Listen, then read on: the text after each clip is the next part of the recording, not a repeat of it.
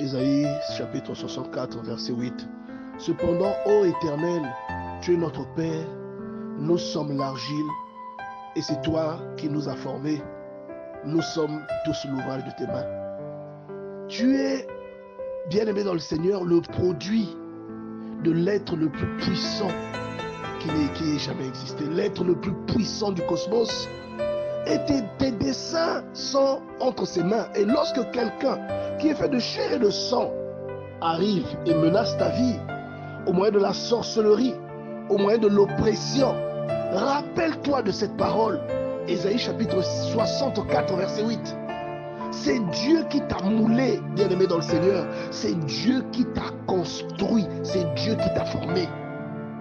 C'est de lui que tu es sorti. Et toutes les trucs, vous voyez comme quand on fait, quand en architecture, on trace le plan d'une maison. Et on sait pourquoi. Celui qui trace le plan d'une maison, celui qui établit le plan, l'architecte, il sait pourquoi il met un tel nombre de pièces dans la maison. Il sait pourquoi il place la cuisine dans telle direction. Il sait pourquoi il positionne la maison face à tel point cardinal. Vous voyez, bien aimé dans le Seigneur. Et Dieu sait pourquoi vous avez été bâti tel que vous avez été bâti. Il sait pourquoi votre vie a été écrite d'une certaine manière. Et cette prière de Ésaïe chapitre 64 verset 8, c'est la prière d'une personne qui est brisée et qui s'humilie devant Dieu. Une personne qui reconnaît l'autorité de Dieu. Une personne qui dit: Seigneur, ma vie ne vaut rien. Qui suis-je si toi tu n'es pas en moi? Qu'est-ce que je deviendrai le jour où ma vie sera vide? Qu'est-ce que je deviendrai le jour où tu prendras ton retrait du dedans de ma vie? Qu'adviendra-t-il de mon existence, Seigneur? Parce que tout le sens de ma vie, je ne le trouve qu'en toi. Je ne le trouve qu'en te servant. Je ne le trouve qu'en étant dans ta présence. Et il y a des gens qui ont compris cette dimension et qui sont allés très loin dans les profondeurs. Comme David qui dit que j'aimerais habiter tous les jours de ma vie dans la maison de l'Éternel. La maison de l'Éternel dont il parle, c'est cette atmosphère de gloire qui l'accompagne. La maison de l'Éternel dont il parle, c'est cette atmosphère de gloire qui faisait converger toutes les situations en sa faveur. Tout ce qu'il faisait réussissait, bien aimé dans le Seigneur. Et partout là où partait, même les challenges, même les ennemis ont contribué à son ascension. Bien aimé dans le Seigneur, je déclare aujourd'hui que chaque chose que tu rencontres dans ta vie comme challenge, comme tribulation, sont en train de construire un piédestal pour toi, sont en train de construire l'estrade de gloire sur lequel tu seras déposé. Et quand David dit que tu dresses devant moi une table en face de mes ennemis, c'est l'humiliation que Dieu va donner à toutes les personnes qui sont aujourd'hui en train d'essayer de t'écraser.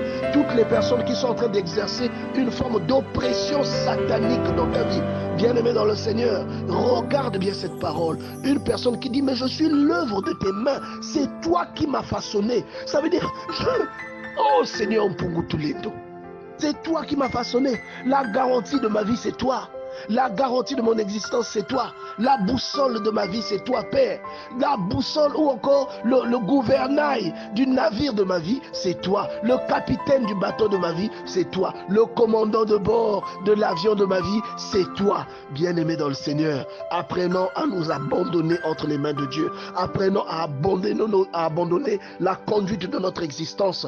Que lui décide, que nos décisions à nous viennent après, mais que ces décisions à lui précèdent les nôtres. Que lui décide dans ta vie. Bien-aimé, Dieu voit dans tout le cosmos. Il voit au-delà du cosmos. Nous ne voyons que le bout de notre nez. Que Dieu nous permette d'expérimenter ces choses et d'atteindre ce niveau d'humilité. Que Dieu nous accorde d'atteindre ce niveau où nous nous rabaissons nous-mêmes, où nous nous humilions devant lui. Regardez ce que les 24 vieillards font. Ils prennent leur couronne, symbole d'autorité et de royauté, symbole d'élévation et de puissance. Et devant Dieu, il jette ces couronnes-là à ses pieds pour dire: nous remettons notre royauté, notre autorité, notre puissance et notre domination, notre pouvoir, nous le foulons à terre. Parce que lorsque toi tu es là, plus rien n'a d'importance à part toi.